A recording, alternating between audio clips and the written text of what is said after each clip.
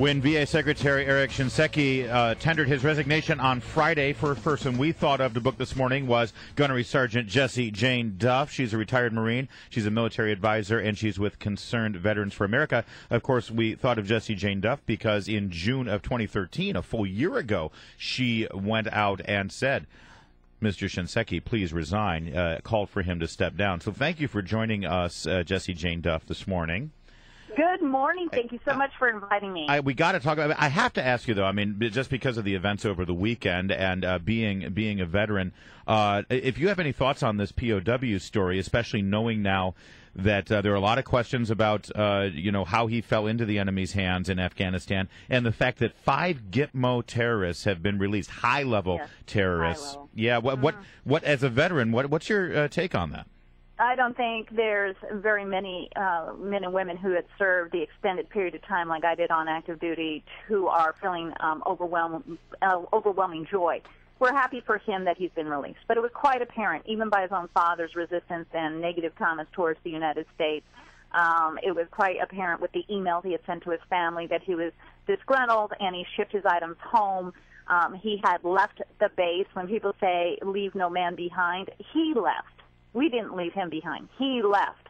And there were numerous operations and missions to try to recover him that were all in vain, that put other military members' lives at risk. Yeah, in fact, Jake Tapper at CNN is reporting that 6 soldiers died trying to save this guy. Yes. 6 died, and here we go and take some of the most egregious of Taliban leaders that they handpicked, that the Taliban handpicked. Why would we ever want to make a negotiation of such a high level for a young man that apparently didn't even want to serve with his own country? It's pretty disheartening for me. I'm happy, again, he's been released. I'm not confusing the two, but what message have we just sent to terrorists around the world? That the bounty on any soldier's head now is 5 terrorists. Any one of us could get captured, and now they know that they can negotiate with that manner. They don't have to kill us. They can hang on to us 5, 10, 15 years and wait it out and get what they want from us. And I just find it to be a very misleading statement. All right. Wow. Wow. And look, you speak as someone who's been on the ground. You know what you're talking about. So thank you for that. Hey, well, we all know don't leave your post. That's the critical thing. We know that. That's part of our general orders. You do not leave your post. He blatantly did. So it's a very confusing thing for people who have never served in the military, that our rules are very, very clear. All right. On the VA question, Shinseki has resigned. What now? You know, already Bowe has swept the headlines, and we've already stopped talking about the Veterans Administration, and I do hope that people keep the heat on, because Shinseki's resignation was the first step, but there's many, many, many steps that need to be followed. Apparently the IG for the Veterans Administration has gone through multiple hospitals. There's over 40 that are basically being targeted now for having inappropriate mismanagement and gaming the system with the appointments that they were doing, hiding that there were veterans waiting longer than 14 days. So I hope that the press keeps the heat on and wants to see the details of those reports, because we've got a clean house. There's multiple people that need to be removed from the VA management system, because this did not start this past year. People would be naive to think it was Phoenix and just festered over in the last 6 months. This is years of gaming the system. The VA's own memo in 2010 was a cease and desist order to all the VA employees to stop gaming the system, that they will not try to hide their numbers, and it went ignored. It was signed by the Undersecretary of the Veterans Administration at that time. So, and you go back to when the administration took over in office, they were warned by the VA officials that you cannot trust the numbers, the appointment times that are coming in from these medical facilities. There's evidence of that in 2008. So this has gone on for years. Yes, it probably went on even prior to President Obama, but it festered and got worse after 2009 when Shinseki took over. Jessie, here's my question, though. I mean, you know how this town works.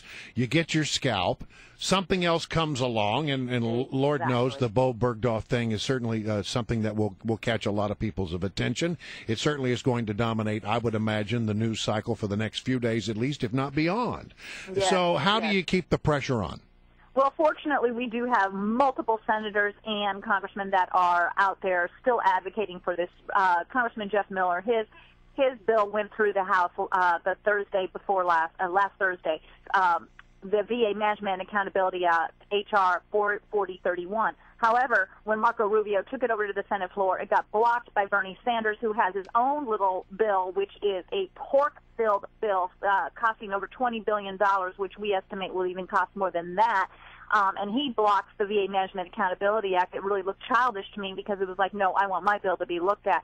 The VA Management Accountability Act costs nothing. It is 3 pages, 27 lines. It costs taxpayers $0. It just gives the authority to the VA secretary the ability to fire executives who are found to be mismanaging their areas of responsibility. They still get due process. It still allows them to appeal. However, as it is now, they have limited authority in firing any of these executives, which is quite apparent.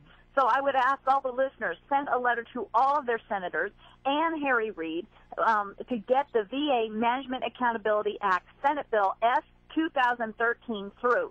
Get it through. Doggone it, this is ridiculous. We should not lose momentum on this. We have to hold these men and women accountable who have allowed so many veterans to die. I tell you, it's not 40 veterans. It's thousands. It's thousands. 53 veterans died a day in 2011 waiting on their benefits, and that's by the VA's own record. Our guest, Jessie Jane Duff, former gunnery sergeant. I shouldn't say former. She's always going to be a gunny sergeant. Listen to her barking at us here. Yeah, I'm always a gunny. There are no ex-Marines, that's right. You're with Concerned Veterans for America, and I'm assuming you have a very good relationship with Chairman Jeff Miller and the Veterans Affairs Committee. Yes. He said this yesterday on Fox News Sunday. It will not fade on the Hill, I can promise you that. The American people are so disgusted. And you just asked for people to send letters to push things through in the Senate. But this is just one bill that allows people to get fired. Here's my question, now that we don't have Shinseki. Who would do that firing? There's no one in charge at this moment. And how long is it going to take to get a new Secretary of the VA? And who would you like? Who would Concerned Veterans for America like? Well, we haven't actually gone out and tried to handpick anybody. I'm just looking for somebody with efficiency and business acumen who is capable of seeing where streamlining and getting things through a process that's muddied down with over excessive regulations rules. You just said business acumen. Do you think it needs to be a vet? Do you think that is No. And a lot of vets would want to shoot me on sight for saying that. I've been on Twitter, and they all think the VA should be run by veterans. And I thought, no, I need somebody who has a concept of how to manage things. And I'm not suggesting that a veteran cannot, but this is not a military operation. People have to understand that. This is not a military operation. This is the VA's sole purpose is to care for veterans, provide them their service-related benefits. Some of that is education, some of that is medical, some of that is burial, whatever their benefit is. That is what their sole purpose is. Many veterans get hired by the government and often become part of the muck, too, that they are engaged in, simply because you don't have a whole lot of say when you get into a process that's been around as long as the federal government has. So I want somebody who's coming in. I want them to be familiar with veterans, of course, maybe have worked with veterans in the past, but they don't necessarily have to be a veteran. All right, we got to leave it there. Gunnery Sergeant Jessie Jane Duff, so good to have you, as always, on this. And when we do get more developments in this story, or if we get a nominee, we'll definitely have you back and get your take on it. Thank you so much for inviting me. You have a great week, gentlemen.